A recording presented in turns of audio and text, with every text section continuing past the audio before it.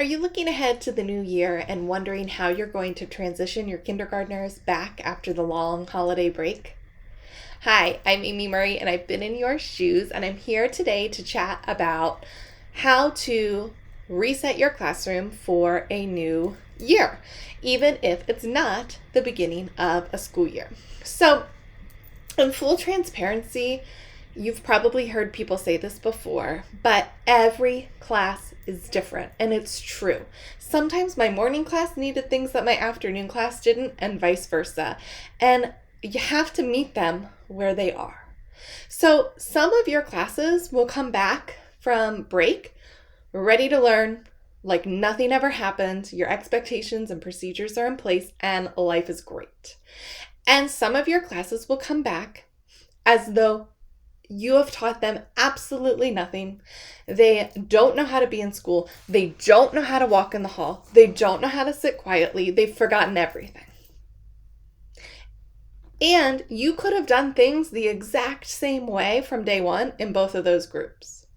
And it's just happens. So try not to take it personally and don't get too frustrated with them. They are 5 and 6 years old. But if you have a class who you fear is going to come back like you've never taught them anything, or who they came back and you're like, oh my gosh, what is going on? Who are these children? Don't freak out. You need to go back to the basics. Think back to the beginning of school. The beautiful thing is, it won't take as long this time. Right? The beginning of the year, it takes forever to get your expectations and your routines in place. This time it shouldn't because you've already taught them, right? Or maybe you didn't do as good of a job as you wanted to at the beginning of the year, and there can be all kinds of reasons for that. Maybe you had a major behavior disruption and you never got those routines as solid as you wanted. Maybe you didn't start the school year with this group of kids. Like, there's all different reasons. So the beginning of the year is a great time, the calendar year, not school year, is a great time to like factory reset your classroom, if you will, right? Take it back to the basics. Pull out your visuals. Okay, like these carpet visuals are a great place to start. Talk about your voice level. Talk about when you use which voice level. Raising your hand. What are your class rules? Why do you have those rules?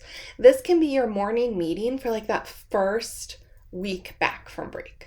Okay, and you're just reviewing and practicing routines.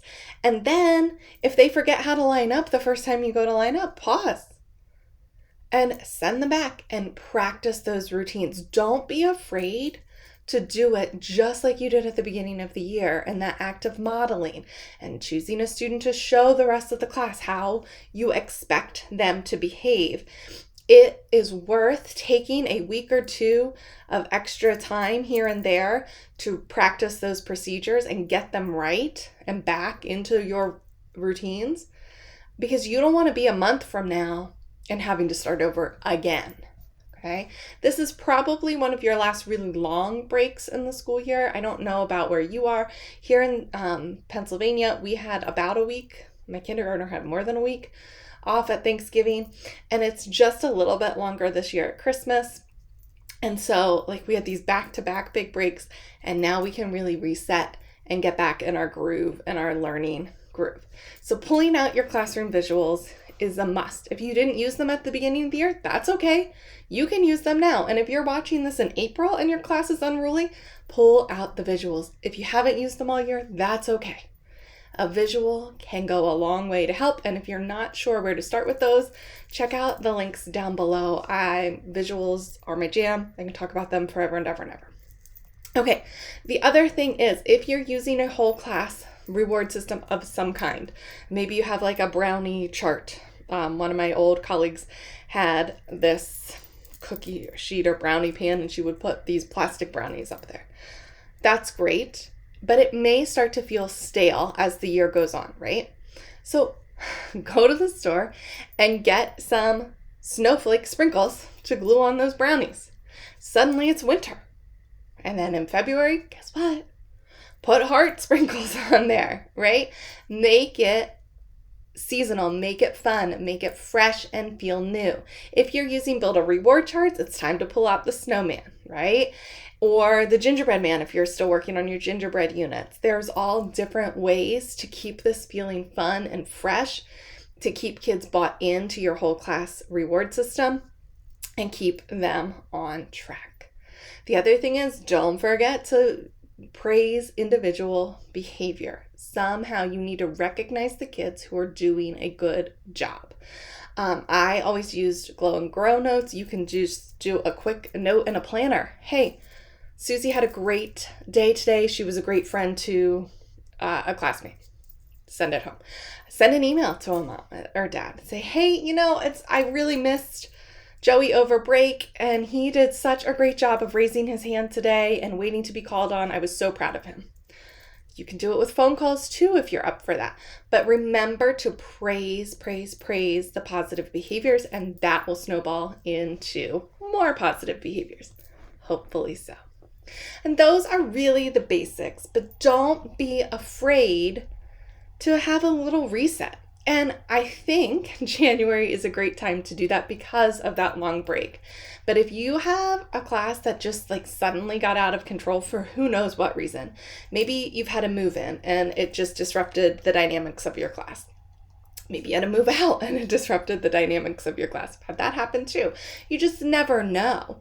Maybe it snowed. I don't know if you can see out my window, but it snowed this morning and my own kindergartner was like, I have to go to school. I want to play. So I can't imagine what the whole class is like, right? Well, I can imagine. I know. They all want to go play in the snow. So don't be afraid to push pause and reset. Taking a day or two to practice those routines and procedures will buy you a lot more instructional time 3 weeks from now than just letting it go and sliding it under the rug. You will start to, when you do let it go, you start to internalize things and start to take it, at least I did. And I would take it personally and why aren't they listening to me? Why won't they stop talking? Why won't they just line up? We could do it in November. Why can't they do it now? Okay. Don't take it personally. They're 5 and 6 years old.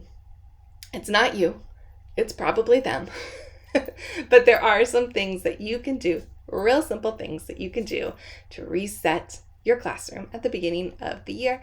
If you're looking for more specific tools and ideas that you can use in your classroom, be sure to check out the blog link down below. While you are there, please like and subscribe. That lets YouTube know that this was helpful to you, and they'll show it to other kindergarten teachers as well. I will drop the links to those visual videos so you can get some tips and tricks there as well. Right, like I said, I'm Amy Murray from Teaching Exceptional Kinders. Here's how you get in contact with me. And you can always just drop a comment down below.